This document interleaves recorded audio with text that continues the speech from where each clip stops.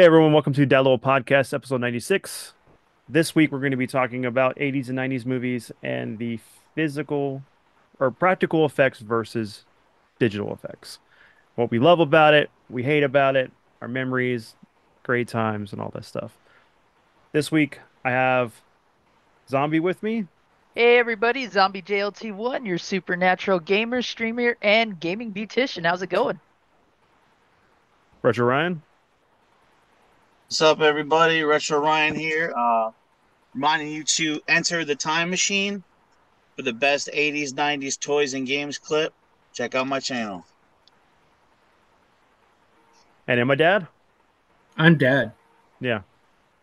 Well, dad level I'm C. like the guy who set. I'm like the guy who sets on like the games, not the talk shows. That the one who comes in and just sets over to the side. And I was gonna say Ed McMahon, but I didn't know if anybody would know who he was. Oh, I did. Weird, wild stuff. Yeah. He's like the Zeus of our conclave here. You know, I'm actually so most people would probably go like what they're most impressed with, like today's CGI, go to the Marvel universe. But you know what I'm most impressed by actually? The Planet of the Apes movies. They put it down. The realness of when they talk because they got that one guy that worked on the Lord of the Rings movies, right? And they suit him up and his Well, mannerisms. Andy And Circus. Yeah. Yeah, he didn't do the newest one. he didn't do the newest one, okay. No. But they look so good, man. Those It's movies look realistic, so yeah. good now. It's Well, I got to unbelievable. tell you, they're all connected to one guy and his company. All of it comes from ILM. That Yeah, he's the founder, and each one of those movies went to ILM to My do part Terminator of film. their work. You know, even Lord of the Rings were when they were doing that. That was ILM technology. So you know how much it kills me to say that Burton made the worst one? I want to like love his, but I can't. I hate it. And Mark Wahlberg, why? I, Did you put Mark Wahlberg in that? I still love that one to this I day. I've read the French book, the original book. I always loved it. And I so just at hate the the way end, he made them whenever look. The way he made when them look in that, I just don't like it. no, but where I was going to They all go look like Michael was Jackson. Why did he uh, make them all look like Michael Jackson? don't know. Well, you Tim, weren't why? turned on by Tim the Burton female makes some pretty wild decisions. So, ape. I love Tim Burton, man. Of course, he had to make his wife look the most attractive. and but the ending is straight out of the book.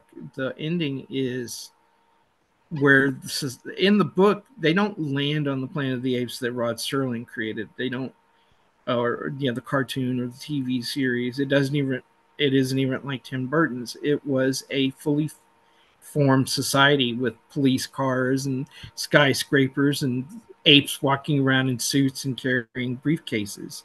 Hmm. And when they make it back to Earth in the end, they crash and they get rescued, and all of a sudden they're that the catch was by the time they got back to their own planet Earth, because of the time dilation, it had happened there as well. So it hinted that the natural order is that man evolved from ape, and then ape would eventually evolve from man. So it was like this, the what is that? The snake eating its tail kind Yeah, of which came thing. Hmm. first, the egg or the chicken thing, kind of thing. Yeah. Wubs. Dude, there's that era of like this will go into CGI too, because that Roland Emmerich era of like disaster movies and stuff, and like that some of those Michael Bay ones, dude. I'm gonna tell you what, like this is just my personal opinion. It is not aged well. Those movies, I think Mm-mm. they're just kind of dog shit popcorn flicks. A bunch of those. I do not like looking back at that era, and they feel very stale.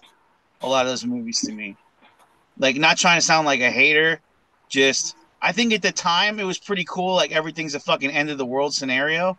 Mm-hmm. But looking back at those, ooh, a little bit cringe. It's Well, not for me. I mean, Independence Day is the only one that kind of still holds up Oh yeah, that today. one was a lot of fun. No, don't Yeah. get me wrong. I love Independence Day, But that but you know what I 98 mean? A Godzilla lot of those film, other ones, they're kind of gosh. half baked. Which one, Brian? Which one did you say was half baked? Oh, just all the other ones. Like what's the one Gyllenhaal's in? And I love Gyllenhaal as an actor, but he was really young in that, and Tomorrow. everything's Oh, fucking day after frozen. tomorrow. Day After Tomorrow? Yeah, I just don't Yeah, like those.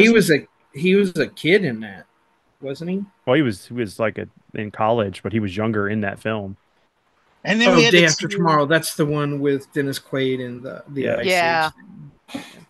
Um, I just recently watched a movie, and it was a sci-fi, and it had who's the guy from Barbie? I always keep forgetting his name. He was Ryan from Gosling? the Gosling. yeah Gosling. He was a kid. He was just this little kid. He ends up getting killed in it. But I was like, is that who it is? So I had to go look it up, and yep, he was in the credits. I was like, man, I wonder how many of the adult stars we have now were either uncredited kids in other movies or He got was their start even as in, child actors. he was even in Are You Afraid of the Dark? Around the Yeah. era he was Just in a Mickey second. Mouse Club. Yep. Y'all continue. He did Young Hercules too. Yep. Well, it's like what Jack Black was like doing commercials and stuff, and then he was in a Yeah, few things Atari. like really young. I'm like, Mm-hmm. man. The adventure commercial. Mm-hmm. He still had the mannerisms. He did like the facial eyebrow Yeah. stuff in Pitfall. Like he still even had it then. What was it, 15? It's nuts. Yeah, who he was and everything. Yeah, Real definitely. natural. What up, Wubs? Hey everybody. What's up, What's up? Wobbs? Sounds like I stumbled into a pretty interesting conversation. Yeah. I'm talking a lot of shit about the disaster movies era that we had. Kind of like the Mhm. Day After Tomorrow, fucking What, Armageddon, everything's a Impact or fucking end of the whatever. world scenario, and they're kind of all kind of brain dead a little bit. Those movies. Right. Well, those movies were all about these special effects, right? Like that was a big thing. I remember seeing Day After Tomorrow in the theater, and it, it was like the effects at the time were so impressive. I remember just, and I specifically remember that scene where they're hiking through the snow, going towards New York or whatever. For I can't remember why they had to get there for some reason, and then they just fall through that big hole, and It's it a turns Wendy's out that it's like a On the window, right, for the museum and stuff, and they're museum. like in the Yeah. middle of No, it that was a big mall. It museum. was a mall. It was a mall. Yeah, it was a Oh, It a was a mall. mall. mall, Okay, yeah. and they walking the snow and ice had piled up above the top of the mall, and they Yeah. were walking on it. And then when that glass broke, I was like, and they were hanging, and he was like, "I'm not going to do it." And he goes and cuts him. I was like, "Dude, just cut the because what was weighing him down was the sled that he was carrying." Yeah. Mhm. Yeah. And I was like, Right. just cut that. What are you doing? He was like, I got to make this sacrifice because it's in the script. It's in the script. Yeah, yeah. I was like, no, you could have survived. Right. What is going on? No, it was That same definitely not director? well written, right? But Yeah. but the effects were amazing at the time. I remember and that's why I knew going in to see a movie like that, I wasn't really expecting it to be, you know, some sort of Oscar performance type thing. I knew it was just going to be a big special effects type thing, and Yeah, I was it's just a entertained popcorn. keeping it in that level, right, of expectation. Well, and it's good though because there was like moments in it that you actually felt for some of the stuff, like that doctor that stayed at that place that before everything froze on him, just to warn people what was going on. Right. Yeah. And then like there was the whole moment where like they're at the Wendy's and stuff and they're heating up the burgers. Well, and then it goes. The same thing was with 2012. In That's that, what I was going to say. there's always a character in it that sacrifices themselves to stay in place to either warn or track whatever's coming. And so in that, it was the people on it was on one of the islands in Great Britain, Yeah. and Ian Holmes, and I forget the other two actors. They sacrifice themselves so that data keeps going out. In 2012, it was the Indian couple who were the scientists who had helped him break. It was also it was his Woody wife. Harrelson's character when he's on the freaking He was like the Yellowstone. pothead in the Yeah. He was living in the he was van. the guy in the van in the woods down by the river. Yeah. He was the See, I was gonna say conspiracy by the theorist. time 2012 came out, you could tell that people didn't really give a fuck about those movies anymore because that movie got a lackluster response. It did all right at the box office. It wasn't gangbusters. The one that popped off, obviously, that exploded was Avatar. That was is that still the biggest selling movie? That was I it's believe been it got knocked off overturned. of its. Yeah, because Titanic pedestal. came back up again when he did the 4K release or something like that. No, it was the 3D release of Titanic, and then there's been a couple movies that have passed that one. But I mean, like we've talked about this before with Cameron, like he's doing the whole thing of just advancing technology for filmmaking, for the future, But with Avatar and everything. So he designed the 3D technology that we see now with the cameras and everything for the first film. So yeah.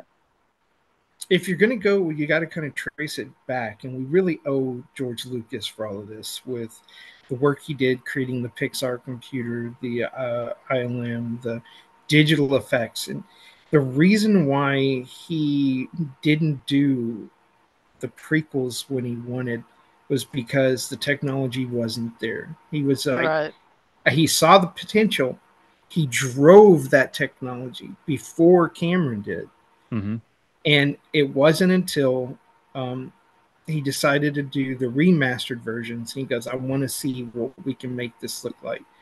And what sold him was the guys that helped design everything there for him, he allowed to go and contract out with other people. And so they were the ones who eventually ended up, because remember, Jurassic Park was going to be All practical. stop animation, all practical effects.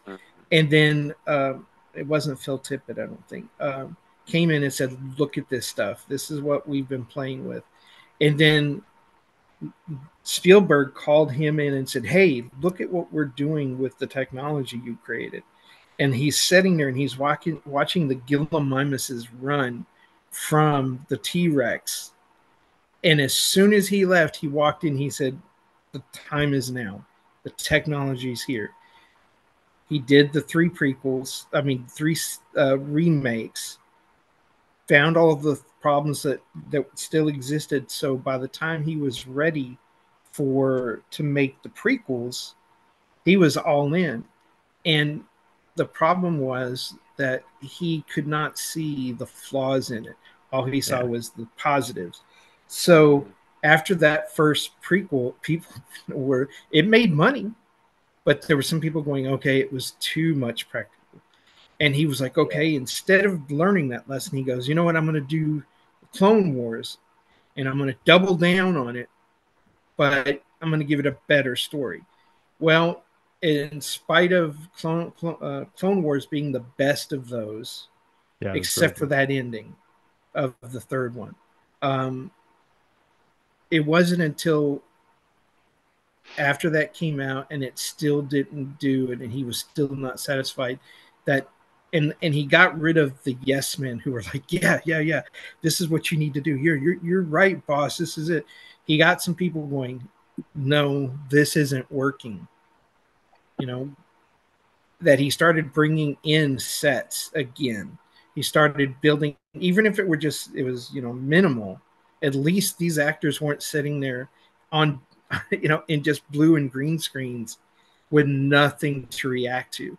Once they started adding back things in, you even saw Ewan McGregor's acting improve. You saw who played Anakin? Hayden Christensen. Hayden Christensen. You saw them reacting to things. So it was kind of like, okay, here's the melding of practical and digital.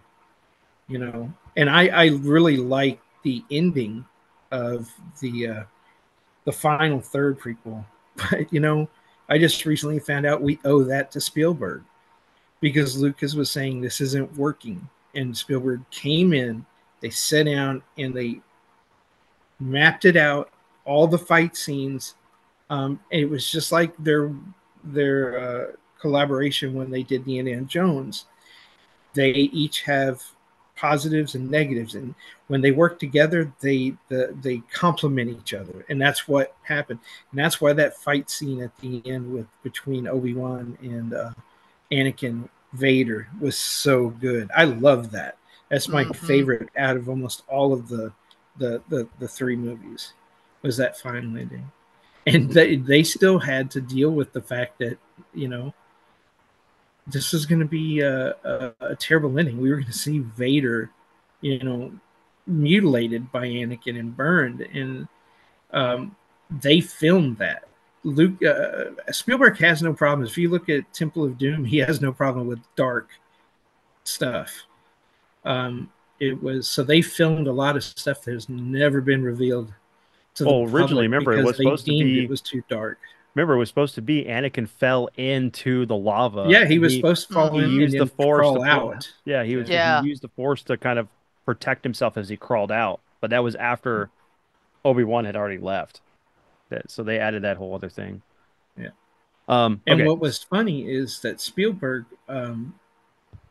Lucas has always felt that his films were for 10-year-old boys.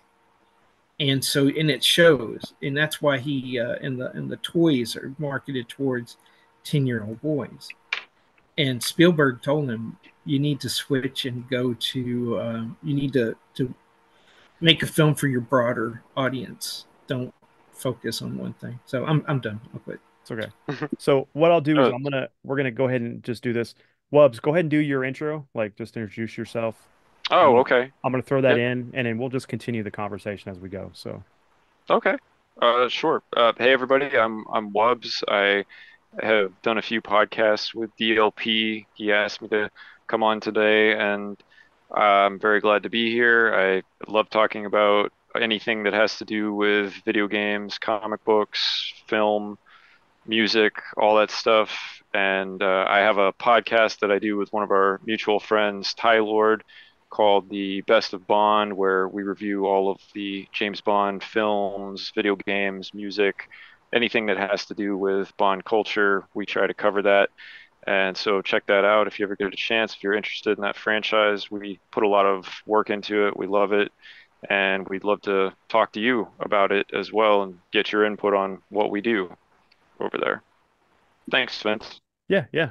So going into this, we did just talk about like Star Wars, that beginning of 2000, but I wanted to go deeper and go with the 80s and 90s and what made, because we went through really heavily practical effects to the birth of CGI, really kind of going into that. So I figure we can start with the 80s and then work our way up.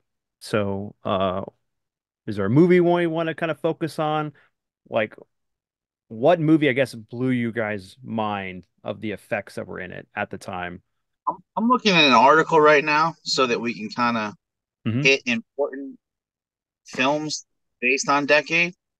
And it's saying Westworld from 73 is the first blend of digital animation and live action in a feature film.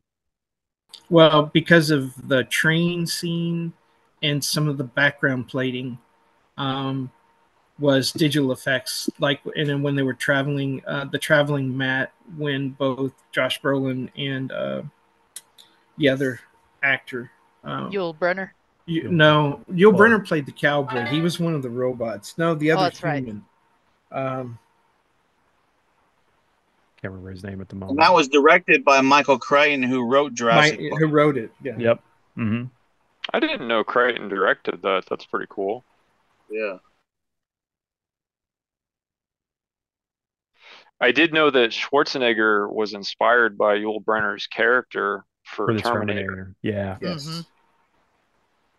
That's definitely something we want to get into, because you look at what Cameron was doing, and then when he brought in Stan Winston to help with the puppeteering and like just the miniature work from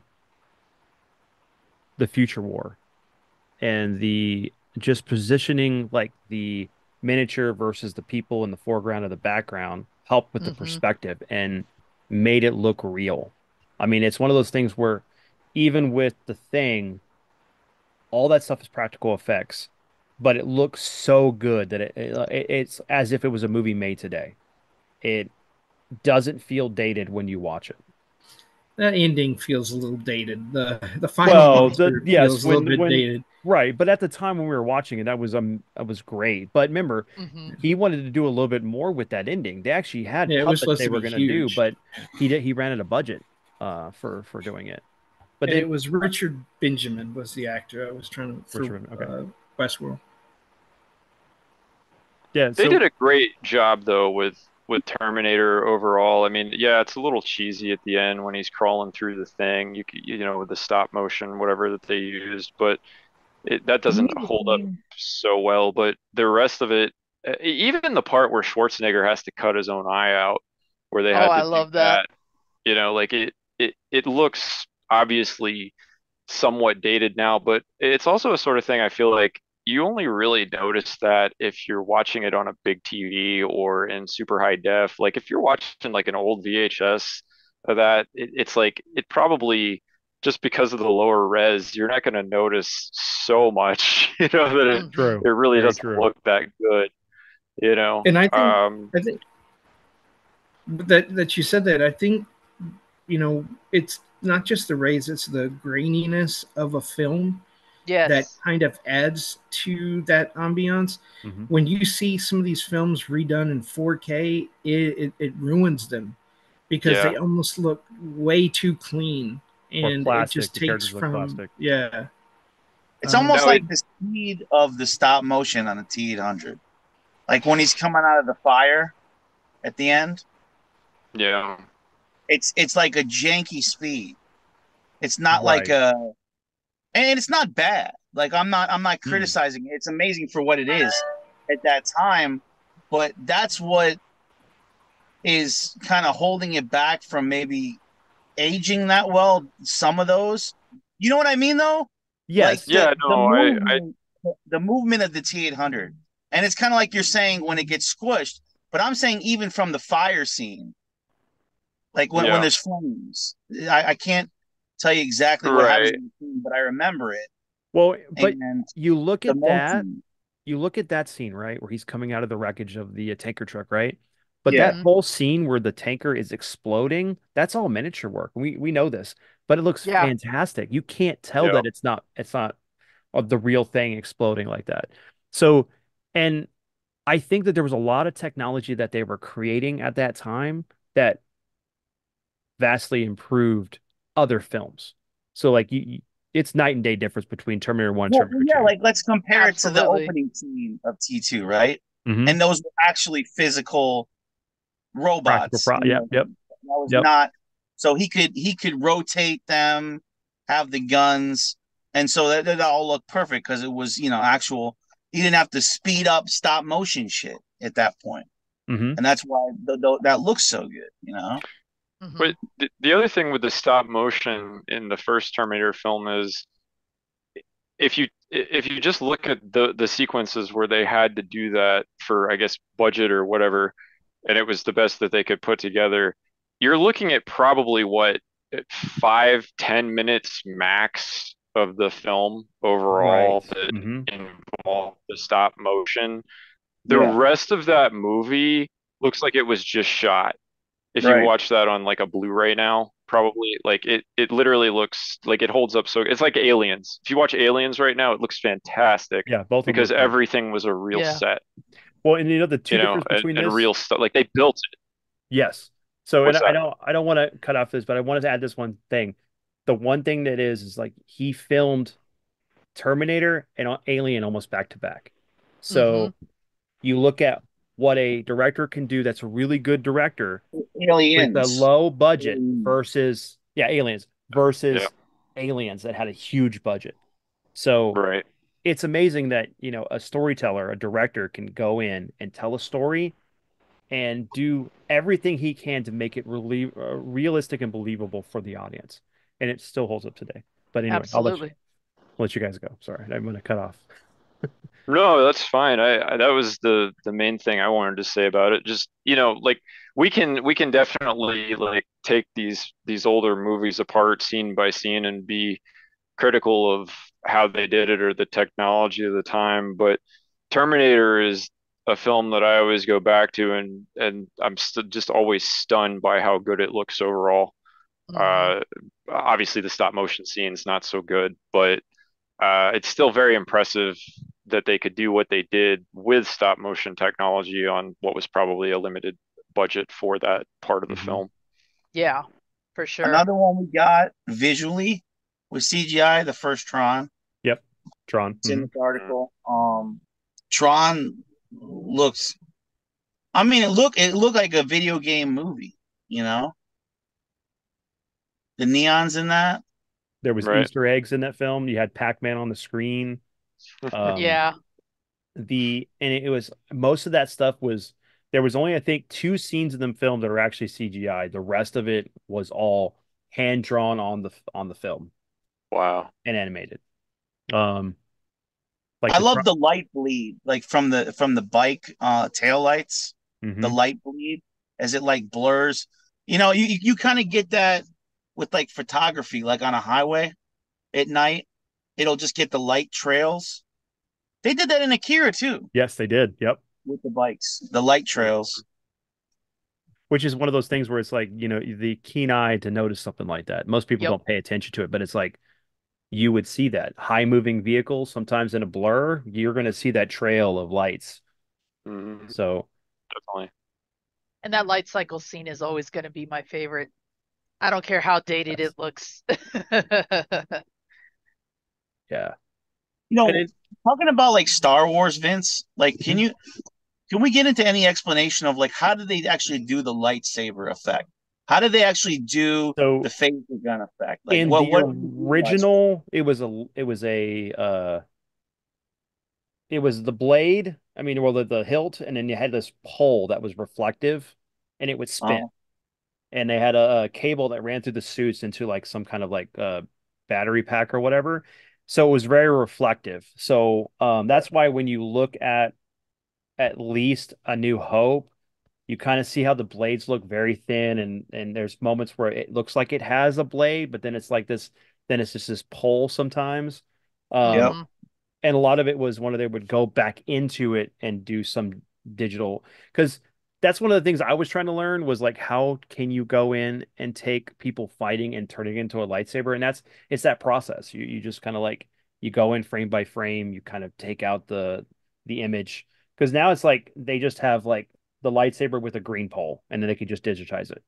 Right. But that first film with Star Wars, A New Hope, yeah, it just because the way this pole would spin and the reflective nature of it, it made it look like it was lighting up. And I I'll guess tell you something that aged so well. The contrast of the ships, the inner ships, the set design of Star Wars and the first Alien, Mhm. phenomenal, is aged phenomenally well.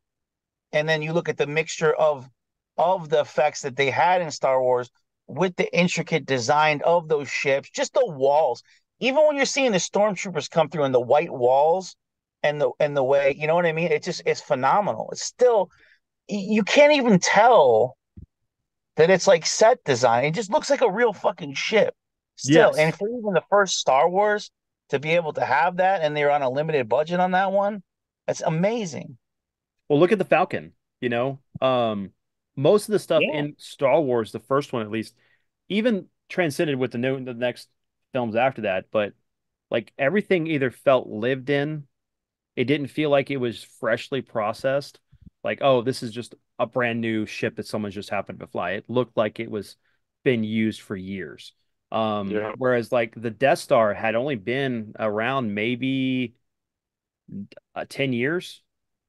And you would think that the Empire would be like, we're going to keep this clean. We're not going to. So they're very strict. So it shows the personality of the occupants that live in it or occupy it. Even in the worlds, when you're on Tatooine versus Yavin, you got dirty, gritty, sandy area for Tatooine, and then for Yavin, it's like this is an ancient temple that hasn't been occupied in a while, so there's vines and everything going on. Um, but even on the Death Star, the same thing, very, very reflective surfaces. And that's the one thing that we miss sometimes with CGI now is that it's hard to replicate that at the time. Now it's getting better. It's really getting really cool. But you think about like a movie, what was it? Sky Captain, The World of Tomorrow. That whole movie was done digitally, you know, um, all on a green screen, and that came out in the 2000s. So, but it was still cool visually. It kind of took you back to that whole 1950s Superman, Max Fleischer style kind of thing. Yeah. But You. yeah, go ahead, Zombie. Oh no, go ahead. Finish your point. I'll jump back to that. Yeah, and it's just like there's for every instance we advance in technology, there is something that benefits from it. We probably wouldn't have had Lord of the Rings had we not had like stuff done with the prequels because, I know Weta helped with some of the designs, but ILM helped a lot with some of the technology in it too. So they kind of go hand in hand. And it's like you look at game design now, it's the same thing. Without one thing, we wouldn't have the other. But yeah, go ahead, Zombie. I'm done with my point.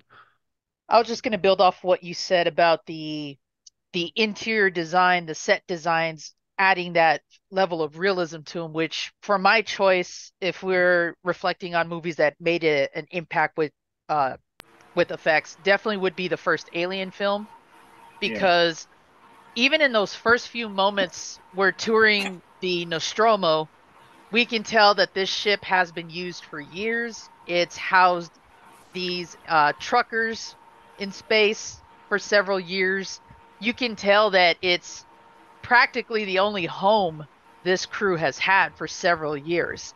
Yeah, the And walls are made out of McDonald's cartons. yeah, yeah. And there's just this claustrophobic feel that you get from it. Even though it's a huge ship, it's very claustrophobic.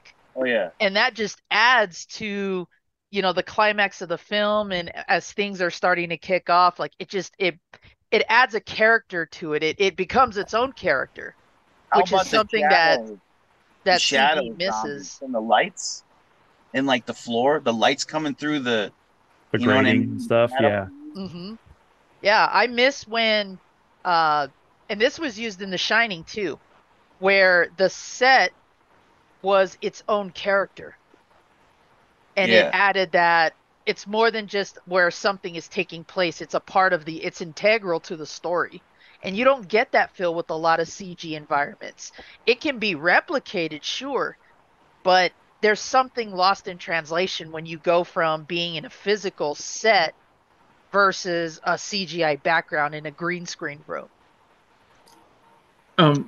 Yes, but don't forget every film has some digital work, whether it is the sky, it is changing of the shadows, it is lighting effects in a darker lighting effects. Dark that's all digital, and it's been digital for forever. So a lot of movies that people think, oh, there's no digital effect, this is all practical. No, there's digital in everything. And as far as the Nostromo is, it goes back to Star Wars, because Lucas was the first one to create a dirty lived-in universe. Yeah. And when he decided to make the prequels, he was like, okay, this has to look like what the universe when it was clean before the Empire ran it into the ground. And so at least he had the foresight to do that. But everybody after that copied that lived-in feeling. And I don't know if they would have done that, because originally in the original script for Alien and the production art, it was very clean, very 2001 looking. And it was the different art people who were brought in who were like, you know what, we need to, it wasn't Scott's idea. It was the model builders and everything. They were like, we really need to make this, because if this is a tow, it was a towboat bringing a refinery, from deep space. They needed to make it look like it was a towboat. It needed to look like a workhorse. Mhm. And so when you look at what it could have been, it would have been this big, everything clean, sparkling, brand new 2001 kind of looking. And that atmosphere that was created by them wanting to make it look like a lived in ship really gave it that haunted house in space feel, which is Absolutely. what they were trying to go for. So everything influences everything else. From whichever point it's created, then it influences everything that comes after that. Um, but Brian, what were you gonna even say? practical movies, use digital effects, I was and gonna we say just don't realize it. anytime there's a ship in a movie, it's every one of our fantasies as a kid to just be surrounded by 1,000 fucking switches and screens. We fucking love that. You know what I mean? Like that is part of the fantasy. And I love it. Like you see, it's like Sigourney Weaver throughout Alien, hitting the switches like it's a freaking Fast and the Furious nitrous switches all the time, just hitting this and hitting that, and the landing sequences and all that stuff. All that stuff helps the fantasy of it all, and just the sci-fi atmosphere that you're in a ship. Because if you don't do any of that stuff, and there's not enough gizmos and switches and throttling this and that, you're gonna lose the experience of this is a ship, or it is in space, it is flying, or it's landing, or whatever.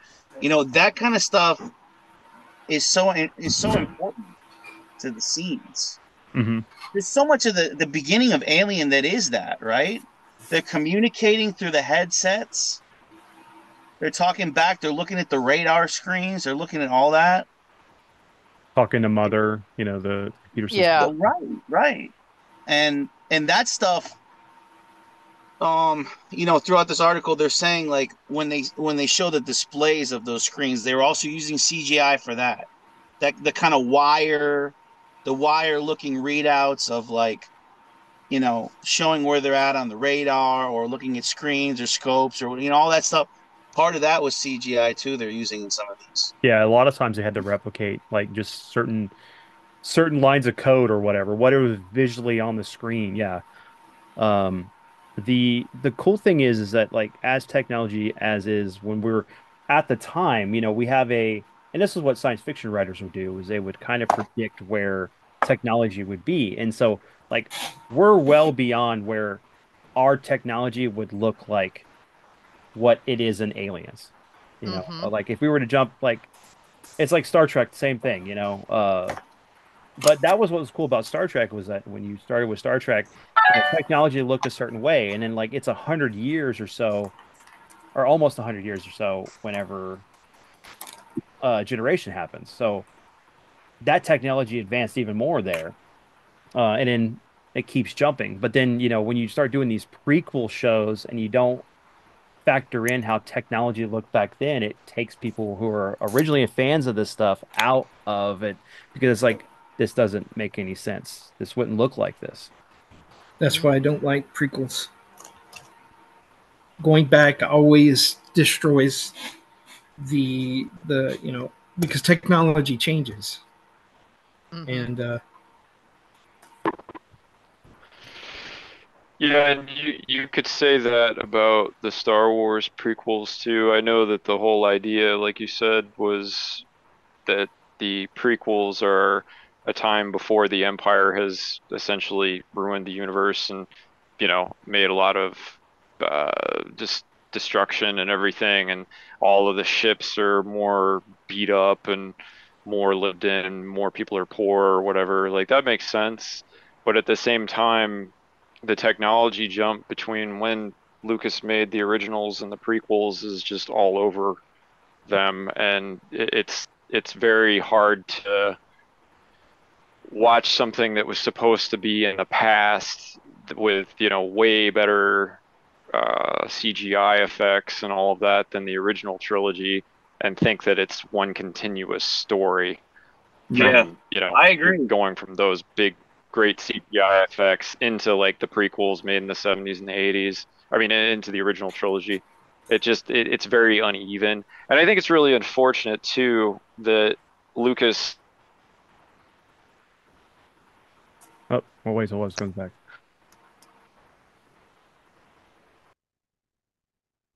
You're back, Webs. Or at least you're connecting.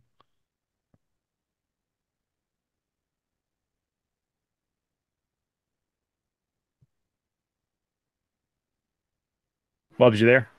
I'm not supposed to eat anything after 10, so of course my food's going to be late. Sorry, Dad. Webs, you want to finish your thought? Because you cut out. Yeah. Can you hear me? Yeah, we can hear you now. Okay. Okay, cool. Yeah, I was trying to say that George Lucas was the master of all the people we're talking about of using, models and practical effects and making them look better than anything anyone had seen before that, right? As far as action sequences and stuff that people don't even hesitate to use CGI for these days. So to me, it's a little unfortunate that he felt the need to lean so heavily into using CGI for the prequels. He certainly had all of the techniques, knew how to do all that stuff. He could have done the prequel trilogy more in the way he did the original trilogy, and it probably would have been way better as far as continuity of the look of the films went. Even if he made, the real sets and the practical places look more clean or whatever, it could have looked more like Star Trek did back in the day, right? Like the ship's clean and stuff like that. Like that would have been better, I think, for the prequels than making everything digital Well, and quite obviously digital. Part of it is because if you look at the history of Star Wars, Lucas had no control.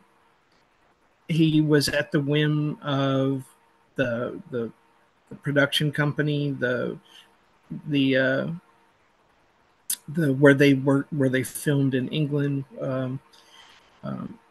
Even the first movie, the set got destroyed by a windstorm 2 days after they started filming. He was always behind the eight ball. He felt like he was not in control. So he kind of became like a control freak. And you see that through all of the movies where he tried to hold on to everything instead of, delegating, trusting in who you hire to do the job. There were so many cost overruns on and extended shooting on the first Star Wars. It almost didn't come out. And he felt loyal to one of the producers who was supposed to have his back, who was a kind of an accountant person, a penny pincher. So, but he didn't have good people skills. So when people fell behind, he refused to go and crack the whip on them. I'm going to talk to you. Let's figure out when you needed somebody who could drive those movies, those production, keep it on cost, get rid of all the egos that were there.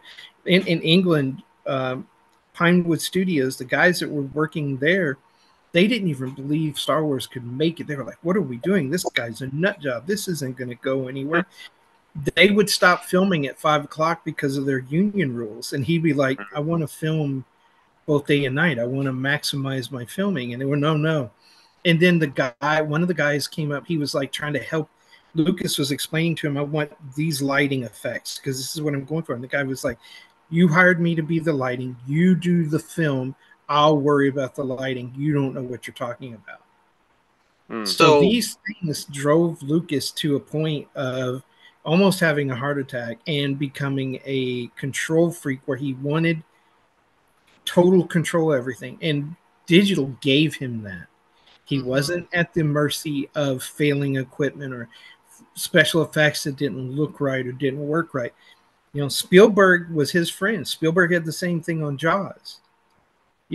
But because Spielberg was a more realistic film, showing less of the shark was actually more. Lucas didn't have that benefit. This had to work or it was going to fail. So I cut him some slack, Luckily, Lucas had his Right. wife and her editing team and all these other people around him, and the studio didn't even want who was the guy who came up with the music for Star Wars? John John Um, Williams. Williams. they John wanted him Williams. fired. They did not like what he was doing, which goes to show you a Wow. studio needs to stay out of the way of the creatives. And when Mhm. they get involved, things Yeah. go bad.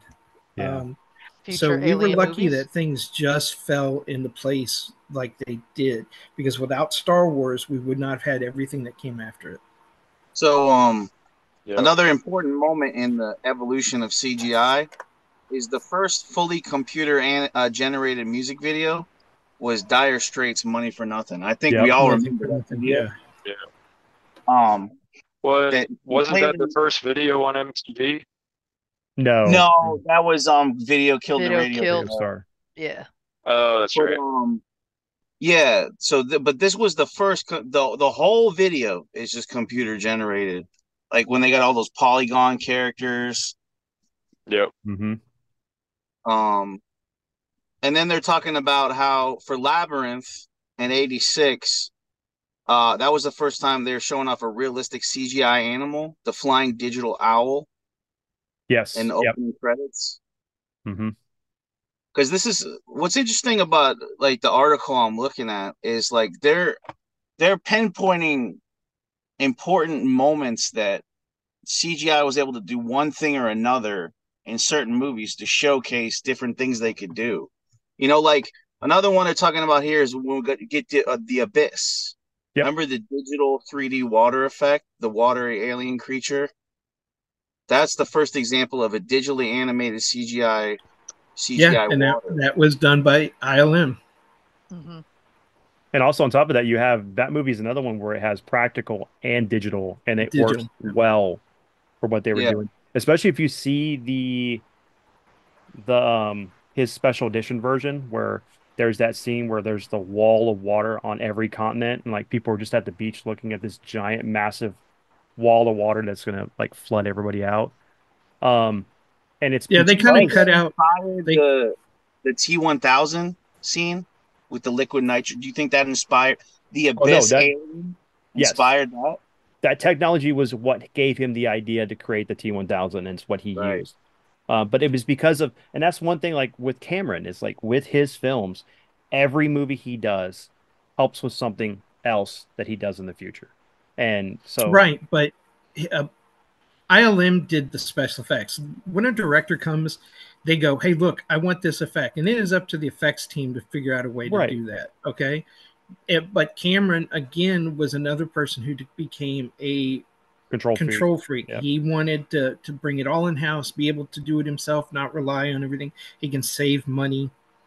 But Cameron got the idea for the digital effects for the T1000 from music videos where they were showing people singing and they would fade to another person singing. And Mhm. he was like, wow, okay, that technology exists. Let's see what we can do with it. Mhm. And so if there wasn't music videos that were trying to do things that were different, we might not have even got that effect. So again, everything is interconnected. Yep. Well, you think another film would be Blade Runner. Yes. Yeah. The flying scenes. Mm-hmm.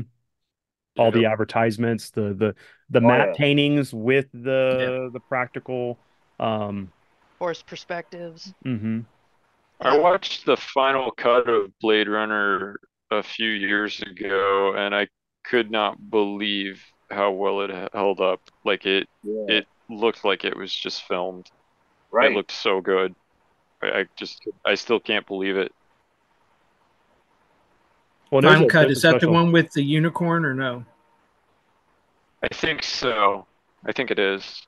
Well, remember this is the one that had Harrison Ford's son come back for certain re-scenes. I mean, scenes that he reshot, Right. and then I think they took out the. Of course, this is the one that doesn't have the his narration. Dude, Just how because- about the reflections in the glass of shooting the android chick, and then having the foresight to have the costume like see through plastic to see the blood? or whatever, when he shoots her, and she's like crashing through the stores. Like Mhm. visually, Yeah. that shit is just like unbelievable. It's an Like awesome scene. Yeah. you don't forget those scenes, like because And you again, never seen it that before. was You never seen stuff that like was that. a lot of that was practical. That was really glass. If you watch the making of it, you see her running through panes of glass. So Right. And I mean maybe that's what we're missing, right? Look at something like fast forward now. You know what had a similar look to that? Ghost in the Shell, Scarlett Johansson.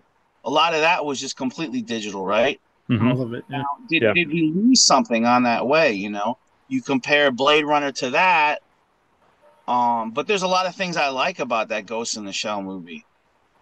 The live action one I'm talking about too, Mhm. right Yeah. now.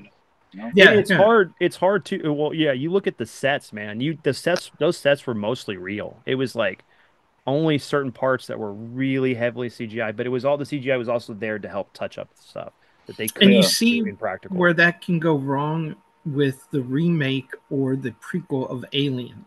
I mean, not Alien, The Thing. Correct. Right. Oh, that All was that horrible. was practical effects, and then the studio wasn't happy with it, made them come back in and slightly. The plan was always to have it practical with touch up by digital, and then the studio was like, no, no, no. There's this over reliance on digital effects that I think takes away from the story. And we've said this before. Yeah. Um, so what happened was instead of it feeling real, it felt like somebody acting against a green screen. It really did. Yeah. And I felt that way when they did the fourth Aliens movie with Sigourney Weaver, where there were no practical effects for the alien. They were all CG. Yeah. And I was like, except for like the two practical effects were just from the heads up, the shoulders up, and they covered them in so much slime. I was like, what the hell's wrong with these guys? They look horrible. And I was like, man, give me back Cameron with the practical effect. But remember, those were from like Stan Winston Studio. They were Jim Henson people. They were people that are now a dying Absolutely. industry Yeah. because Puppeteer. of this over reliance on CGI. Um, I got one that you wouldn't even have thought used CGI, and it's Backdraft. It says use the fire. first photorealistic CGI fire. Yep. And Yeah. Great movie. I mean, very interesting. the funny thing is like so Blade Runner. We've talked about this before, but not on this episode. Blade Runner, The Thing, and E.T. all came out on the same day, and all three of those Wow. movies Hmm. relied on heavy practical effects. Blade Runner had more of the CGI than the other two, but The Thing was completely all Yep. practical, where E.T. may have had a little bit just because of Steven Spielberg with what he was doing at the time. Um, but you look at what Indiana Jones, Raiders, Yeah. all that stuff was practical. I mean, the Todd being freaking melting, Hmm. uh, Yeah. the all the The ghosts flying ghosts. around, yeah, yeah, the whole Wrath of God, and And then those were real snakes. yes, real snakes, yes, Yep, So behind glass, you could see the reflection on the glass when they were like, we got to definitely dedicate, because we're probably almost at the midpoint. We got to dedicate Jurassic Park time right now. I mean, this movie, when we sat in those theaters, we had never seen anything this. When the T-Rex scene and you feel the vibration of the floor and you're looking at the glass, the water glass, you know what I yep, mean? And he this busts out. vibration, I mean, because we first see the scene where they're getting out the Jeep looking and like they're in awe, right? The peaceful animals like feeding on the tree, whatever. There's all that. But let's face it, when we saw the T-Rex and you saw the water shake in the car and you got the kids in the car, the fear, that was, dude, we never seen anything like that, even close. It blew our minds. well that the raptor scene inside the main compound. Oh yeah. Um, your the Ellie chase scene with the raptor. Uh, yeah, just that opening when they're on the Jeep and you just see all the dinosaurs. But like going back to what Dad said, the Gallimimus is running away from the T-Rex was just amazing. Um, That Yeah, was that and the I mean, skeleton Knight of the. get blinded. the chase scene in the Jeep with the T-Rex coming at him. must go faster, must go faster. Yeah, The end Excuse scene me, in the guys. museum. That you're good, Dad. piece of lettuce was like not wanting to go down. What's great is that, do you know how many happy accidents from practical effects that made a movie? You know, that it wasn't planned, it just happened to be that way. And during the editing, they were like, oh, wow, this is better than anything else we have, so we're going to use it. Even though they went with the CGI dinosaurs, there were still, when the T-Rex steps into the mud and you see that weight of the foot going down, that's not CGI. That was Yeah. a massive foot on with hydraulics and everything doing it. Yeah. You know what makes T-Rex Jurassic pushing his face into the vehicle and the kids are pushing up on that glass ceiling trying to keep him from meeting him. All that's all practical. And Dude, there were so many accidents in there. The Yeah, the pacing is pacing. so good in Jurassic Park. I mean, watching that movie felt like a theme park, man. It felt like you were in a theme park. You were in a theater, and it felt like a theme park. When you got walked through the exploration of the Jeeps, you know, um, the T-Rex chasing, just everything. While looking at the park, there was. I mean, do you think that's his best film? Spielberg. Spielberg's? Yeah. No. It is, but it is definitely one of the movies that is an outlier for him. It's one of those films that when you watch it, it's a spectacle. It's one of those things that you wanted to go see in the theater multiple times. It's because you would see things that you missed the first time watching it. There was I know you just guys don't love ET because you know that you said that it came out on the same day as the thing, but my top three is ET, Jurassic Park, and Raiders for Spielberg. Just the variety of those three, and they're endlessly rewatchable. But go ahead with what you're saying. Sorry, I just wanted to add that. no. I was just gonna add to just what you're talking about is like you think about what Gremlins, what they were doing with that film. Yeah. That's Joe Dante, right? I think. That was Joe Yeah, Dante. Joe Yeah. Dante. So Spielberg and Joe Dante. And you know, a lot of those guys owe a lot to somebody who just died yesterday, Yep. Mm-hmm. We lost Roger Corman. Mhm. Roger Corman, because Oh. he taught them how to do guerrilla filming and working with less. And sometimes working with less is more. When you have too much technology, too much money, you kind of spend it instead of being forced to tighten it up. Let's do something and working with what you have. I mean, Corman made a lot of duds, but man, Right. he was the man of 1,000 movies, and they still stand up today. Yeah. Mhm. He's the king of that And for how a many reason. people who came out of his production studio? Yeah. Cameron, and I can't remember the list. I listed them yesterday on Facebook. I was like, it's Jack Nicholson. Oh yeah, Um, yeah, he did get his start from Corman. He started pretty old too. By the time he Well, started, no. He started off he had a relative who worked for one of the big studios, and he No, was but I mean, working once he as a became a runner. star. No, I know. He became a was working star, as a runner for right? that studio. He decided he wanted to be an actor, wanted to direct, and all this stuff. So he goes over and he's banging on Corman's fence for his production studio. And Corman walks up. What can I do for you? He goes, I want to do movies. And they start talking. He was like, well, what do you want to be involved in? He was young. And he walks off and he's like, no, don't you walk away from me. I'm going to be somebody big. And he turns to him and he goes, if you want it, prove it to me. And he wouldn't let the guard go open the gate because it was chained. So Jack Nicholson climbed his butt up over that fence and ran over to Corman. Corman goes, "All right, I'll give you a chance." And then he worked behind the scenes. And then one day he came up and he was like, "Hey, I think this scene could work like this." Corman was like, "Okay." They filmed it. It did. He goes, "Okay, what do you want to work on?" He goes, "Well, I'd like to do my own story." So he started writing scripts, and Corman would go, "No, this is not for you," and then hand it off to somebody else to go and do. And eventually he started trusting him. So he was working behind the camera before he was working in front of the camera.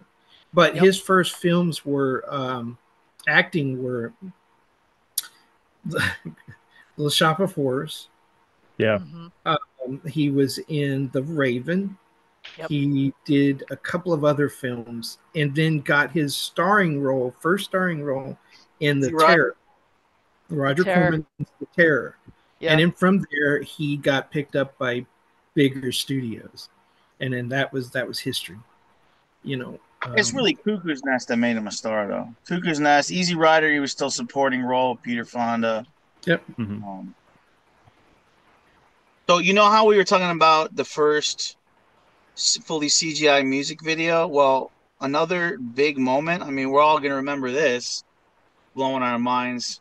The first full CGI animated movie, Toy Story, big deal. The birth of Pixar. This was a big moment. John Lasseter. And it still holds up too. Like if you rewatch the first Toy Story, it still looks amazing. No, it's good. I like watching it, but man, some of it's kind of rough, especially the little neighbor kid, man. What were we saying? With the demented toys that he makes. Yeah, demented toys. Yeah, he's the birth of demon. What is it? Doll Man and his demented toys. That's what Sid grew up to be. Yeah. Or he was the puppet master. He became that. Yeah. There you go. Sid Toulon. But that look of that movie, right? Once again, because it's important to talk about how we had never seen anything like that. No. And we were at the pinnacle of creativity and innovation with seeing stuff like that. Like kids today, how many kids are so spoiled by there's just like, let's face it, ass loads of movies that look like that, right? With whatever it's even called now, Pixar or DreamWorks or what is it? What is it even called? Who's making those now? All those movies? I mean, all the Despicable Me's, all that. They're completely. Oh yeah, they're the ones who did the Mario movie. They're numb to everything looking like that now. But this was the first that looked like that. CGI animated. Well, it was a big deal. It was a really big deal. I'm wondering, before that, is Who Framed Roger Rabbit on your list, Ryan? It's not, but that's a great point because that's the best mix I've ever seen of live action and anime. Correct. Right. That's what I was thinking. Yeah. Hey, Dad, you're muted if you're trying to talk. Right. Yeah. No. Roger Rabbit. It was probably right around 87, 90. So right around that time. I think it was before. Yeah, 88. Because remember, it was after Roger Rabbit. Because remember there was the trailer teaser for Roger Rabbit and Honey. I'm sorry, Honey, I Shrunk My Kids. Has had the teaser for it. Yeah. Yeah. But then you got to think like we got Tim Burton's Batman. We got when he did the Nightmare Before Christmas with just all practical with stop motion clay creatures or the characters. You know, another movie that was probably the best stop motion movie that I can remember was probably that. You know, I don't think I've seen better stop motion animation for, you know, like sort of animated like characters than Nightmare Before Christmas. Oh yeah, unbelievable. Unbelievable claymation. That's never been done on that scale again, has it? Has there ever been a claymation movie done on that scale? Is really good and it's done in that scale.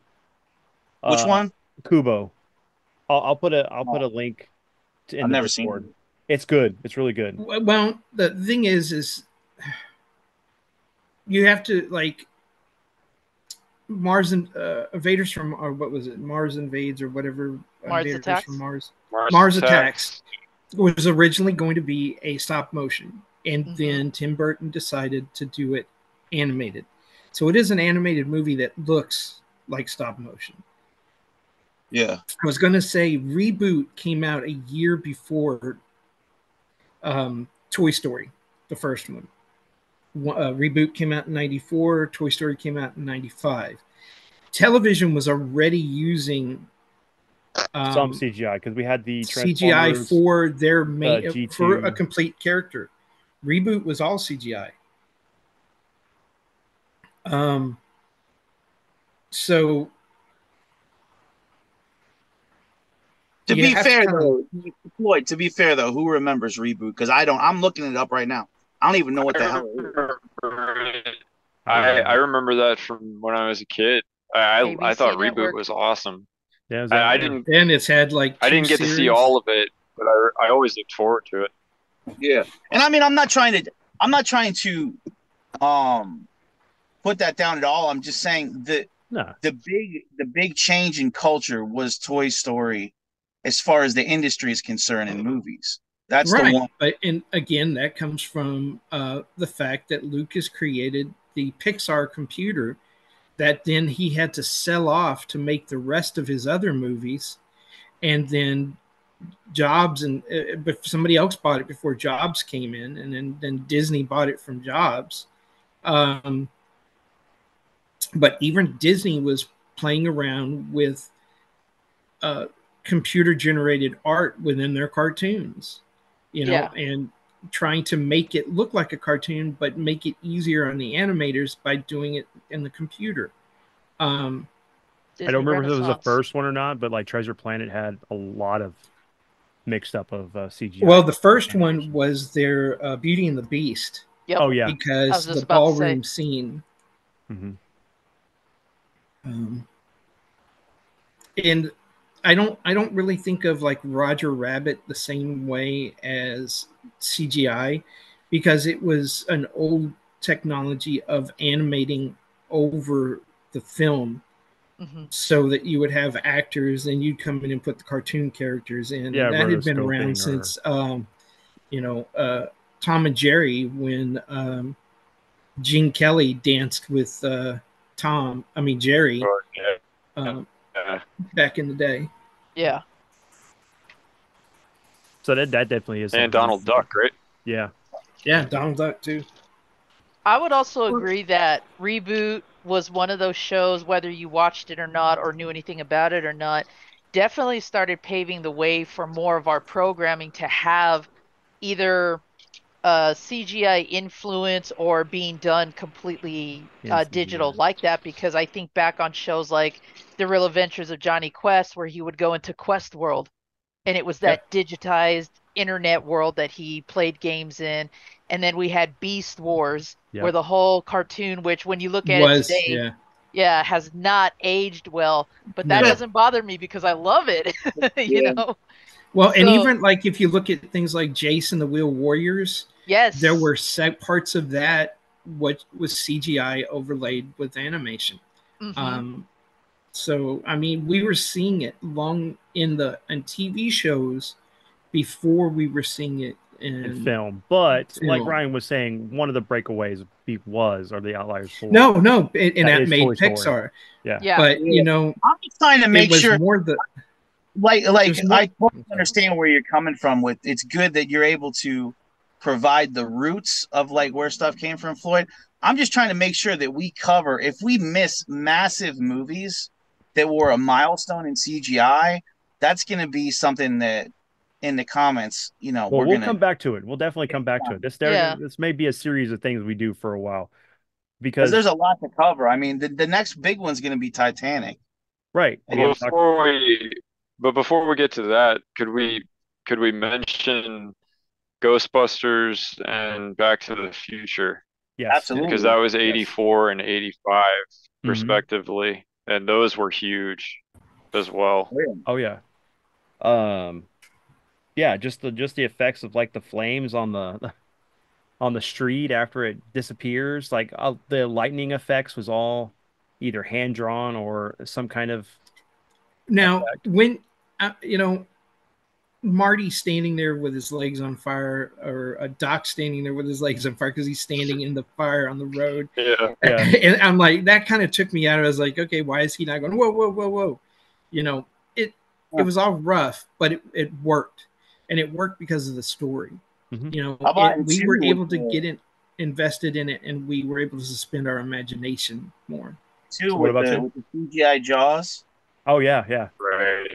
Yeah, that still looks amazing to me. I saw part two a few years ago and I was like, wow, that 3D Jaws still looks Still really holding up. cool. Well, the hoverboard what they were doing Yeah. with the hoverboards, all cranes and everything, but it looks Yeah. so real with the wires. I mean, because you didn't see it. Now, it's so important. I'm glad you said Ghostbusters and Wobbs, and here's why.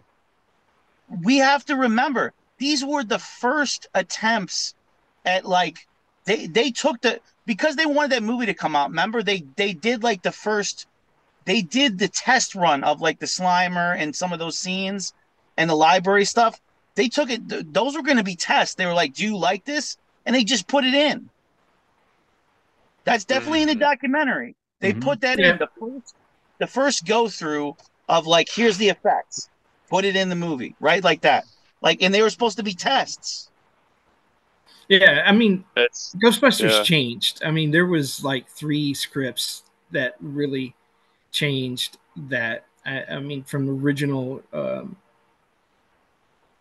No, I'm just talking about the CGI though. No, I They know, did the test but runs and they put them right in the movie. Like the first the the first takes on those CGI effects. Hmm.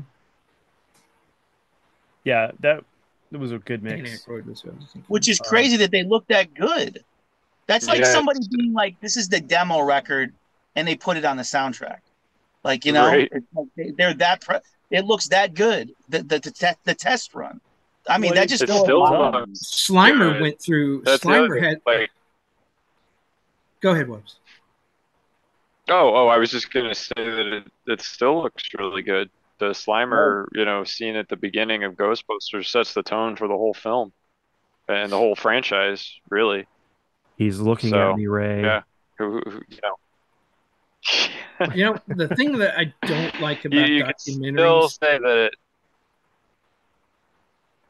Go ahead. Still No, say go what? ahead. No, I thought he was Yeah, finished. go ahead. You paused. Go ahead. I was going to say the thing Yeah, I I'm don't done. like about documentaries where they talk about certain events that happen in a movie. If you go back 10, 20 years and look at what was being said at the time when it came out, there's a drastic retconning that happens when a movie moves into from being a great movie to the lexicon of being a cult classic or a classic film. A lot of films were panned, didn't like it, or didn't make any money, and all of a sudden, years later, it's a classic movie being put into the American Archive of Film. The thing. And the same thing goes for Ghostbusters. When they first created Slimer, he went through 3 different versions of Slimer. His look changed 3 times.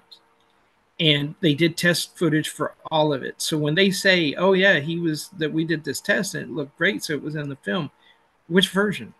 Because originally he was designed to look like John Belushi, and he was ugly as sin.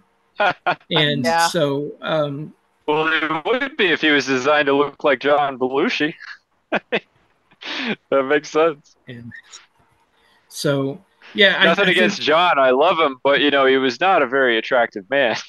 Yeah. no, he wasn't. And so I think sometimes we need to be our own archivists and not trust everything we read on the internet because it's generational.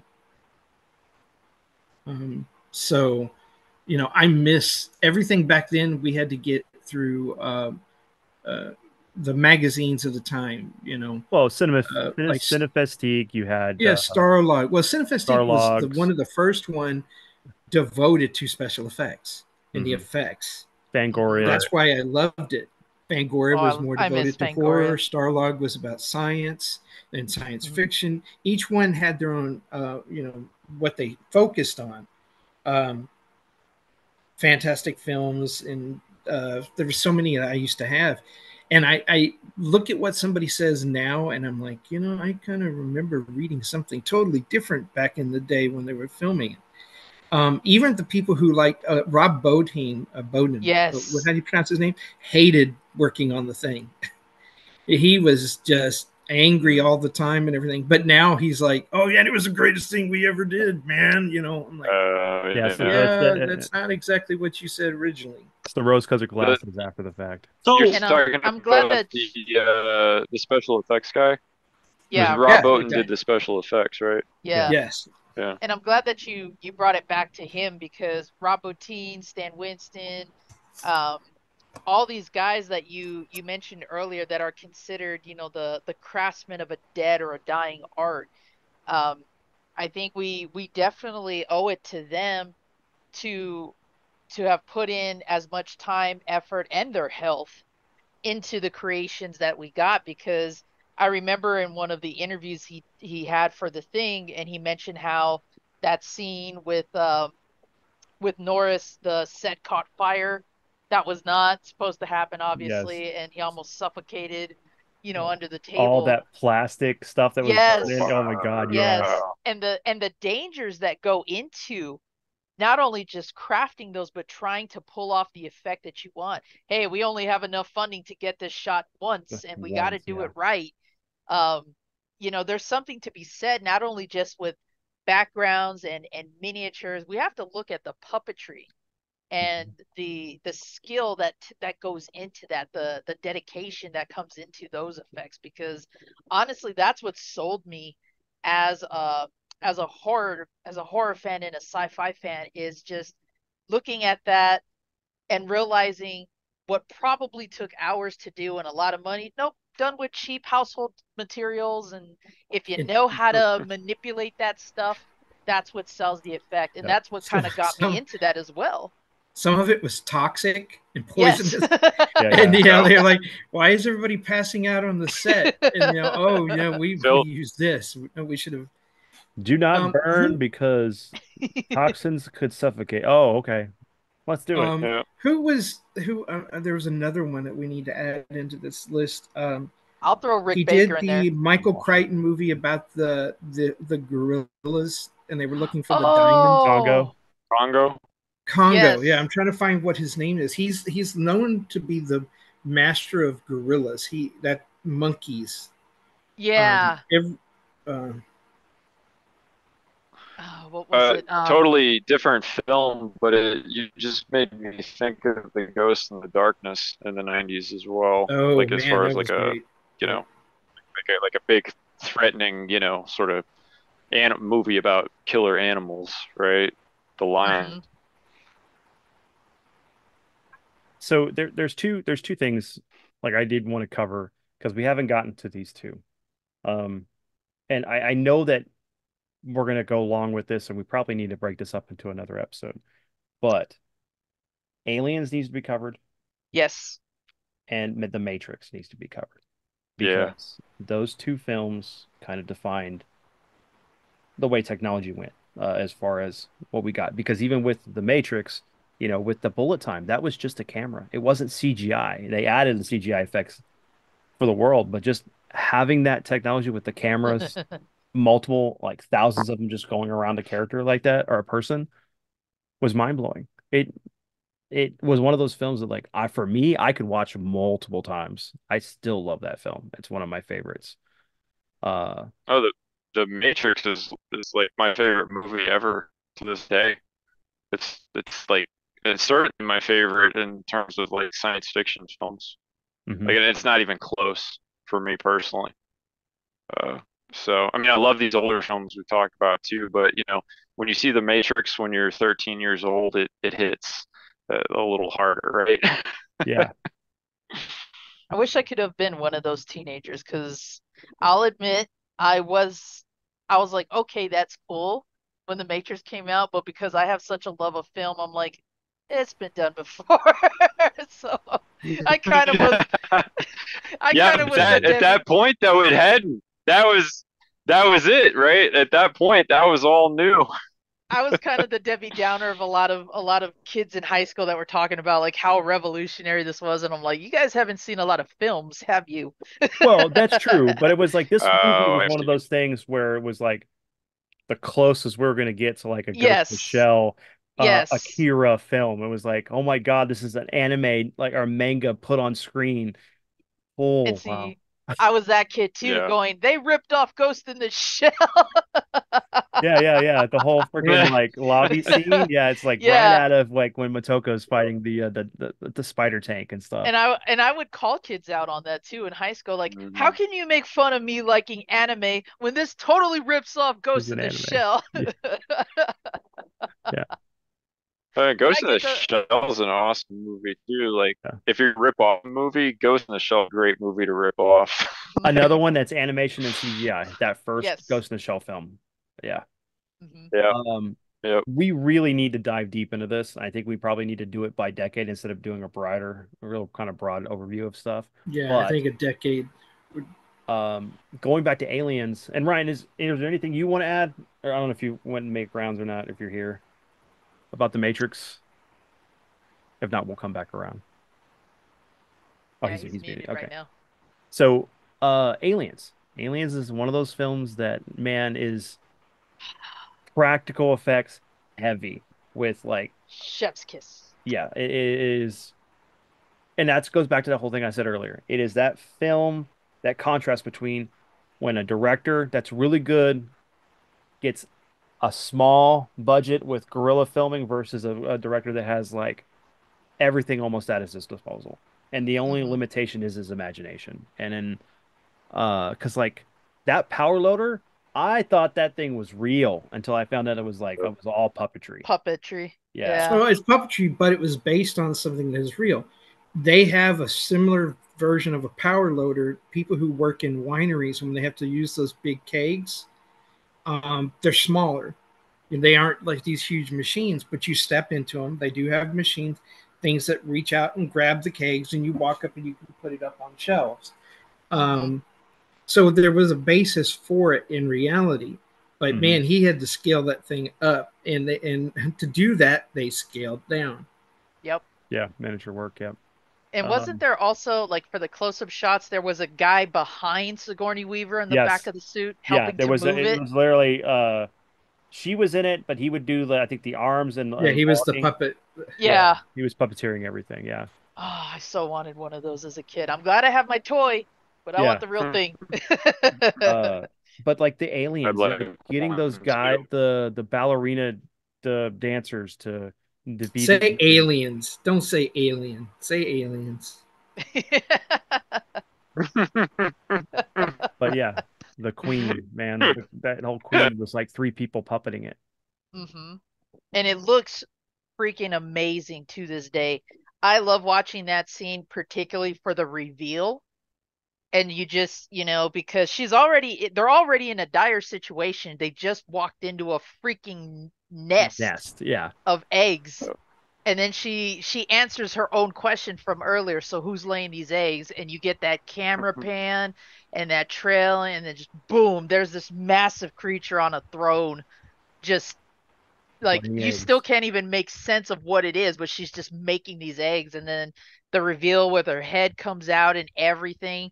It's so hard to imagine that that is a miniature or a puppet at Oh, times, and just because well, of how they filmed it. they did have a puppet, a big one, and Hmm. they showed them filming it outside of the studio, but it was called the trash bag queen Yes. because they used trash bags to fill in Yeah, the the gaps. the Yeah, open spaces and the gaps. The other guy I was trying to say was Rick Baker is another guy who, yeah. at the time, is he's now moved on from making effects and stuff to more like the science of everything. He's the guy who creates the arms for the gorillas when you see somebody running and how they move, training people how to mimic animals in nature and make it look realistic. Hmm. And I'm Wow. glad. I mean, at least he saw that things were going to change. He still does some of the stuff. Cheap movies are still being made. Yes. As long as there's Sci-Fi Network, that'll never end. Oh gosh. But I he's hope it never does. Yeah, I hope it he's doesn't either. adapted. I want to watch all of it. Tyler would say the same thing. He's like, I love B movies. Oh, and I Oh yeah, Tyler Halloween loves done stuff.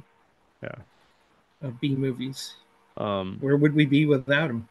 but just like the design of like the sets for Aliens, the APC, the weaponry, like taking like what was done with Alien and upscaling it 50 years in technology wise for Aliens, was awesome. But Like that you goes- wanted to go to the colony on that planet, to Right. explore And it. he told them if he was going to do the movie, he was not going to remake Alien. He was like, it's been done. I can't beat that. I need to go somewhere else with it.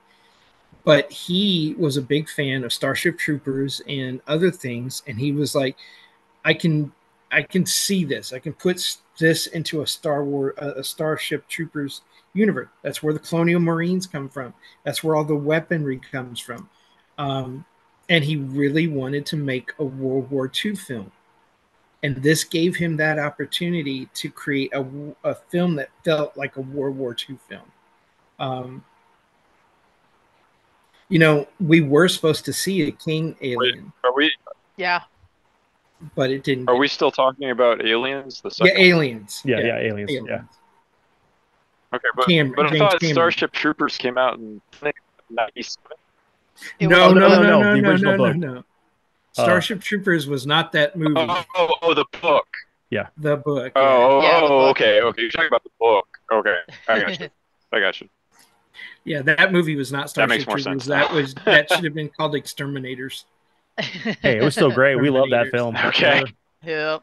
That was another film that was like Oh yeah, definitely. practical and CGI. I mean, man, I could go on for days for that one movie too. But like, I still want to see spiders that are half kind of human parts and half insects that fly ships and shoot lasers.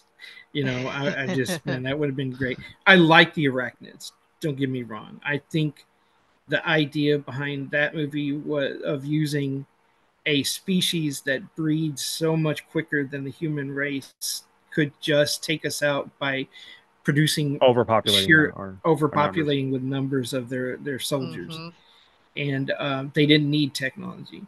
I like that, but I still want to see a real Starship Troopers movie. But I know David would go, it would be the most boring thing ever. Boring thing ever. Well, it's Boot Camp the movie. Yeah, it's basically, because that's what the book is. It's like you get 2 moments of the war.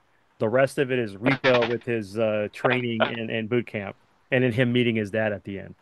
That's why we have to thank Verhoeven for adding in his touch, where it comes to Starship Troopers and RoboCop. And RoboCop. I was saying we have him to thank for a lot. Oh my gosh, there's much more we need to do, but I wanted more Denise Richards. No, you don't. You watch. That's something that every movie suffers from. There's not enough Denise Richards. Not enough Denise Richards.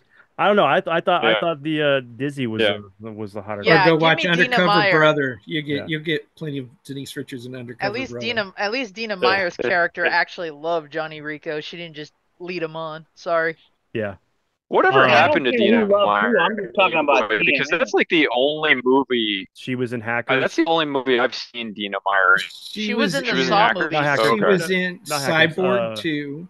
Yeah, she was in Cyborg 2. She was in Johnny Mnemonic. Yeah, Johnny Mnemonic. That's the one I was thinking. I'm sorry. She did a lot of 80s stuff, but I think she left filming. I think she left movies. She's in the Saw films. Yeah. The early ones, anyway. Really? Is she in the first one? Mm-hmm. She's one of the cops, one of the detectives, I think. Whoa, I didn't catch that. I was like, I'm going to go get the Saw movies. That's crazy. Oh, I have the Saw movies, Vince. Don't worry. I have those on DVD. Look, if you just I don't have to go anywhere. I mean, once you've seen Starship Troopers, you've seen everything of her anyway. she bears it all for that film. Yeah. Right. Oh yeah, Getting you into see a lot of people in that in the shower scene. getting That's into the true. 2000s.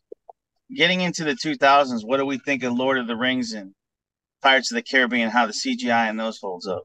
Uh, Lord of the Rings still holds Before up. we go that far, I'm sorry. I just wanted to say something really quick that I remembered that I don't know. Maybe you guys covered this before I got on here, but did anyone talk about 2001: A Space Odyssey? I know we're focused on later stuff, but like that movie was responsible for so much that came after it, as Yeah, far as like what we're talking we about haven't talked about here. it.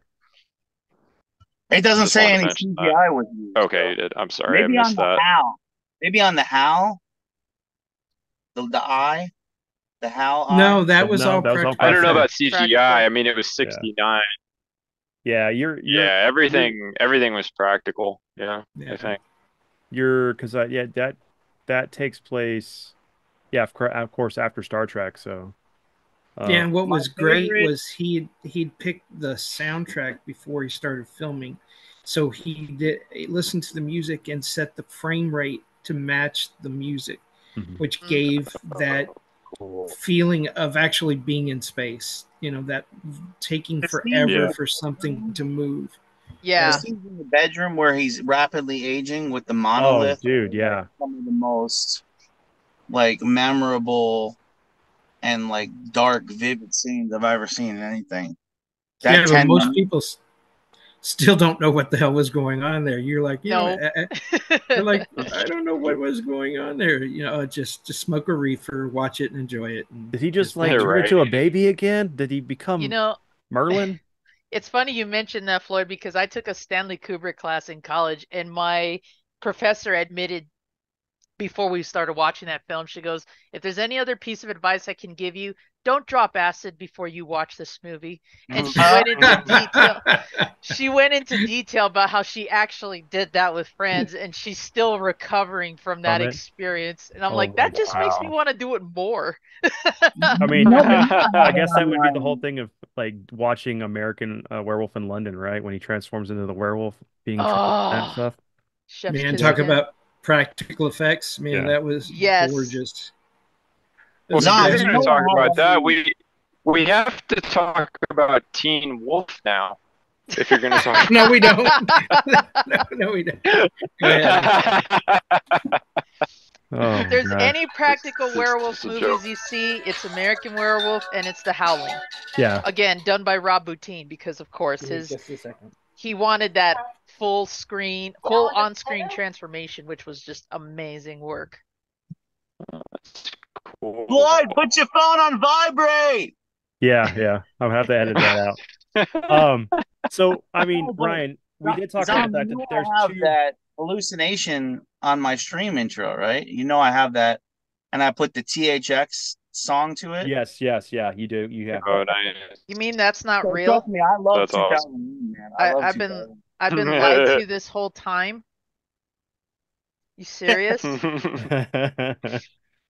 Ah, So, that's but Ryan, heartbreaking.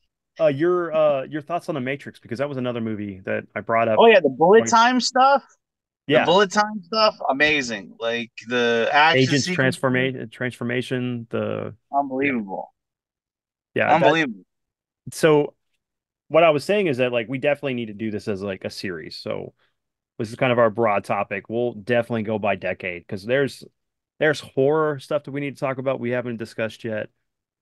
I Heavily wanted to at least sci-fi. touch base though with the 2000s. Like, Oh yeah, yeah, we can. how do you think those hold up? Because it's like, well, the Pirates is even longer than a trilogy, and then the Lord of the Rings is a trilogy. Well, then you got to count the Harry Hobbit too. Potter. But Harry how do Potter you With think all that the fits in holds Harry that. up? Potter movies. Harry Potter Yep. fits in there. I mean, like for me, I really enjoyed the first three Pirates. Um, they're really good. The CGI holds up as far as the last time I watched them, and it's the spectacle. It's that thing that immerses you into the story. You don't feel like you're pulled out. But I need to watch it again like this year so I can actually kind of tell you how I feel about it because my stuff is like based off of 2 years ago. So, Lord of the Rings, I still holds up. I mean, what they did was fantastic.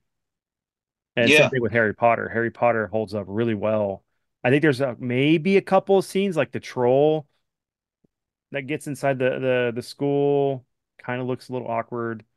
Um, but I It was mean, also supposed to, though, right? I mean, it was supposed to be this troll, like kind of sort of a wacky kind of temporary villain, right? Like it was yeah, supposed to yeah. be kind of funny, that hmm whole He's supposed to sequence. be goofy. I think as us being able like to see as CG progressed, like a normal kid watching this may not feel that the CGI is different or that doesn't take them out of it. Because there's certain movies, I mean, I want to explosion make I effects. want to make one point about the blockbusters of the 80s and 90s. You know why we're so lucky? And this is why. You would think that logically it would take them years or decades to make the perfect blockbusters, but we got them right out the gate and they were perfection. The ones we Mhm. listed are still the groundwork with which we hold up everything that comes out today against, and a lot of the stuff still pales to that. Right. So if anything, it should have been the other way around. By the 2000s, they were perfecting the blockbuster. Yet, looking back, they really set the standard for greatness right out the gate. And that to me is unbelievable. And that to me is luck. And that to me is a lot of the things lining up in the perfect storm of creators and animators and set designers and all that stuff lining up perfectly and fitting under the Hollywood budget constraints. Yep. It's amazing that we got what we did right out the gate. I just think that's unbelievable. Yeah. I mean, you think about like Well, that's the skill, right? That's it's. go ahead, Whoops. Oh, I was just gonna say that that just is the skill of the creators, right? Like that just speaks so much to like how good these directors and special effects and sound people were, Yeah. and how well they knew how to make movies and Mhm. stuff. Like, I mean, there's not. This is why, like, for all the tech and all the fancy stuff that's happened in the last 25 years, uh, as far as I'm concerned, there hasn't been a movie that to come along since The Matrix that could even remotely touch it. Like, not even Right. close. There've been some impressive movies, of course, don't get me wrong. But as Yeah. far as the impact of like seeing a film with a bunch of cool effects or stunts, stunt work, whatever, and stuff like that, there is nothing that even remotely touches like the impact of what it was like to see The Matrix before or like before I had seen The Matrix, right? Anything before that. So for me personally, Don't you think part of that is because that those films came in at the right time at the right place? Because if it was great, that fourth Matrix movie should have just took off because it was a fourth Matrix movie and it was horrible. And part of that is because we've had so many more films, so many more stories, so many different things that have come out now that it paled in comparison to the newer stuff. I mean, there are a lot of new films that I think could give Matrix a run for its money. Um, So I have a question for is you, Floyd. I have mhm. a question for you that could be a cool way to kind of summarize a lot of things. So this is what I want to throw to you. Explain to the potential viewers that are going to see this the importance of that whole new school of directors that came out that included Lucas, that included Spielberg, Scorsese, Francis Ford Coppola. A lot of Ford those guys, Coppola, yeah, remember, they went to college together. Set yes, that up for what helped the movie John survive. Milius and others. Yeah. Yeah. Exactly. So give some, because I know you're going to be perfect to give background on that for the viewers of how important that new wave of directors taking control and breaking out of the studio constraints were at that time. It's kind of like if you want to equate it to something, think about how Microsoft was a bunch of guys sitting in their garage making something new that they were being told you can't do it that way. That's not Right. how it works. They were there coming out of school and they all wanted to break the mold. And each one of them went off and did that in different ways. But the best thing about their group was they relied on each other. They were each other's sounding board throughout their career. Sometimes they gave good advice. Sometimes they did bad advice. I mean, Coppola told not Coppola. Who was the other one? I can't remember. It might have been Coppola. Told Lucas, get rid of the Force, man. It's horrible. It doesn't belong in your movie. Nobody's going to get it. Move that stuff out of there. Trust me. Yeah. Okay. So that shows that they weren't always right, but they weren't afraid to break something to get something done. You know, Yeah. anytime we have a studio system or something like that, problems become systemic. They become risk adverse. If something makes some money, it gets repeated over and over and over again. These young guys came out and didn't want to do the same thing over and over. You know, Lucas did TX.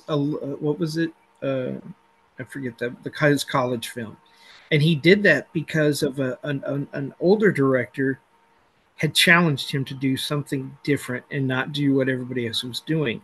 And he was like, well, what do you mean? And he gave him the parameters of it. I want you to do a dystopian story that is sad, that's going to make the audience feel bad, be excited, and then, you know, cry in the end. And Lucas did it. You know, at that same period, we had people like James Cameron and Ron Susitz and the guy who wrote Aliens. I can't remember what his name is. And John Carpenter, all coming out of that next generation after them, doing the same thing. And they did like Dark Star and, you know, all these other films. What was the one about the precinct? Assault on Precinct 13. Yeah. That's still Carpenter. John Cameron, not Cameron, Carpenter. Yeah. That was one of his, and that was him talking to everybody else. And they were never satisfied with the technology. Mm-hmm. So they invented their own technology. Look at what Carpenter did with Steadicams. And you know, getting rid of, like, you know, the overheads and the tracking cameras. You know, Lucas did the same thing, but they created a camera that moved around objects instead of the objects moving around the camera, which gave us the ability to make Star Wars, having dogfights in space. Scorsese, man, what can you say, man? Mean Street, Mean Street. You know, the Italian culture in New York and the ties to religion, and, you know, and obviously going on to basically doing the best mom movies ever, the stuff that he did. Yes. And it was the stuff that they grew up liking and loving. He grew up on those streets, so he made films about what he knew. You know, John Milius made some of the most violent films ever, and it was because of his military experience. You know, a lot of times that was their experience back in the war, and they just kind of put that PTSD into their films. Platoon. Yeah. And I think we're going to get another generation that comes in and does the exact same thing again. Yeah, that was going to be my follow-up. Is that what's missing? That there's not this crew of friends that inspire each other, that, you know, because it's also branched. You know, they were part of that film school era collective. They had that camaraderie, and it's like, is that kind of missing today? Is everything too kind of separated, and it's like there's not these groups to inspire each other? For me, it's too cookie cutter. Yes. That is that too. I would say also it's hard for some new directors to, like, be able to take the reins on something, because you look at Blomkamp with him wanting to do Aliens 5. He had all that storyboard. He had, like, all the original cast on board that survived, and here comes Ridley going, "No, I don't want you to do No, you can't pee on my property. Yeah, Alien was mine, so I'm going to come better than what I was going to." And then prove that he couldn't make a good Alien movie, because you know what? He didn't make the first one. It was a collaboration of all the different people. It was the two original writers who were fans of the 40s and 50s, you know, B horror movies in space. You had what's his name, Hill, and the ones Walter Hill. Yeah, Walter Hill, and then who were did police officers, they did corporate crime movies, and they were the ones who saw enough to go, you know what? We're going to have this corporation be the villain. Mhm. And we're going to have them put ash on. So that's what they brought to it. Geiger brought in the Yes. look, the horror, the nightmare. You had, I can't even remember the number of people who worked on all the special effects. And the one thing that Dan O'Bannon, the writer, the creator, he said, I didn't steal from any one person. I stole from everybody. These are all the things that I loved as a child. And I decided to go, what if we had a budget? What if we could do something more? Him and Ron Susitz wrote those characters to be non-male. They were not sex specific. That's why it was so easy to plug and play female and male characters into it. But they kept and fought the studio. They kept fighting Scott. He brought the Necronomicon to Scott and said, "This is the aliens." And Scott was like, "This is it. I've discovered it." Oh, okay. The king always gets to claim the glory. Anytime, and then Scott wanted to go into change everything, and he was following Hill's path of, let's make this a creature we've created, so our own invention comes back to hurt us. That's not what Alien was about. It was about first contact, humans reaching out into the stars, meeting something that was so alien to us we couldn't understand it, and it was so dangerous that we are no longer at the top of the food chain. Our weapons, our technology makes us there, but aliens were primordial, man. They weren't based. They didn't rely on technology. Nope. Natural instinct. Yep. Yeah. And so it was another good man versus nature film. Just like Jaws. And because of all those tug of wars and all those forces working against each other, but working with each other, we ended up with a classic film. Man, that changed horror for me.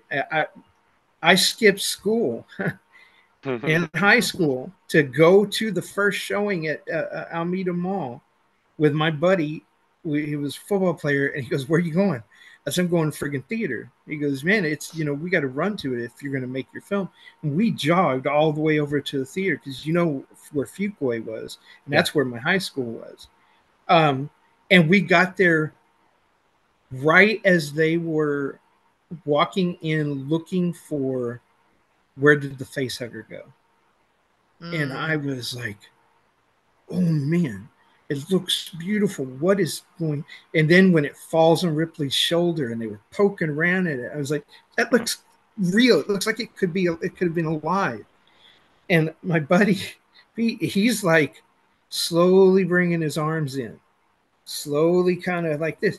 By the time that facehugger popped out of Kane's chest, I heard him fall over the seat behind me, tear ass up the aisle, excuse my cussing, run to the door, and the door's like, and I realized it's me and two other guys and a woman in this theater. I said, "You friggin' left me." If that monster had come through the screen, I'd have had to fight that thing on my own. And finally, I wouldn't leave. I was like, I'm not going to go check on him. He can come back in here. Eventually, he came back in. And he goes, "Man, that was effed up," And he sits down next to me, and he goes, "Man, this is a wild movie." And I said, "We're staying to see what we missed." And he goes, "Really?" And I said, "Yeah." And then one of the not orderlies, one of the, what do you call them, the guys who walk up down the aisle, ushers comes up, and he goes, I said, "We came in halfway through the film. I know you saw us." He goes, "Yeah, I want to see this whole movie." And he goes, "Okay, just sit in your seat. I'll take care of it." And so we watched it, knew what the ending was going to be, and sat there. And when it restarted, I was still just as excited as I was when I walked in that theater. Seeing the Nostromo, seeing everything, watching them wake up, it was like nothing I'd ever seen. And I'm a horror fan. I grew up on that. I was weaned on monster movies and giant insect movies and, the classic monsters and all of that. I try to see as much of it as I can. And I've always have. My dad used to call me a spook because I was into ghosts and monsters, And he'd walk by me going, "Brr," and I was like, "Brr," right back at you. Don't scare me. But I used to build the monster models, and I made them. I painted them all with glow in the dark paint, right? And so I had them all displayed. And so at night, during the day, they got this window, gave them all the energy they need. So at night, they would glow, man. And my little brother would get up to go to the bathroom as he's walking back to bed, see them, freak out, and run screaming through the house. And my dad had a fit. He goes, if I get woke up one more time in the middle, you know how early I got to get up to go to work in the morning? I said, do you know how early I got to get up to go to school? And I come home from school, and he's throwing them in a bin. And he walks over with barbecue, the lighter fluid. And he's like, and he goes, I told you what was going to happen. I said, I could have just hidden them. You know, I was mad at my brother for a year. I was like, I'm going to get you one night. It's just going to be me and Mike. You're going to be gone. But that movie changed as much as Star Wars. I went and saw Star Wars when it opened 22 times that first summer. That's how much I love that movie.